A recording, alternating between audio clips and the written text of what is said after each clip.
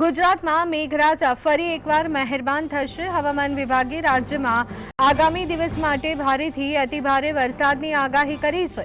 આજે દક્ષિણ ગુજરાત અને ઉત્તર ગુજરાતના ઘણા વિસ્તારોમાં ભારે વરસાદ પડી શકે છે, જેના કારણે યલો એલર્ટ જારી કરવામાં આવ્યું છે। આવતીકાલથી એટલે કે 16મી ઓગસ્ટથી વરસાદનું જોર વધશે અને આગામી 7 દિવસ સુધી રાજ્યના પાટણ સિવાયના તમામ જિલ્લાઓમાં ભારેથી અતિભારે વરસાદની શક્યતા છે। ખાસ કરી અને 18મી ઓગસ્ટે અત્યંત ભારે વરસાદ પડવાની આગાહી છે। 18મી થી 20મી ઓગસ્ટ દરમિયાન રાજ્યમાં ઓરેન્જ એલર્ટ જારી કરાયું છે।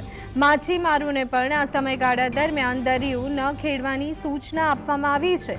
21મી ઓગસ્ટથી વરસાદનું જોર ઘટશે તેવી સંભાવના છે।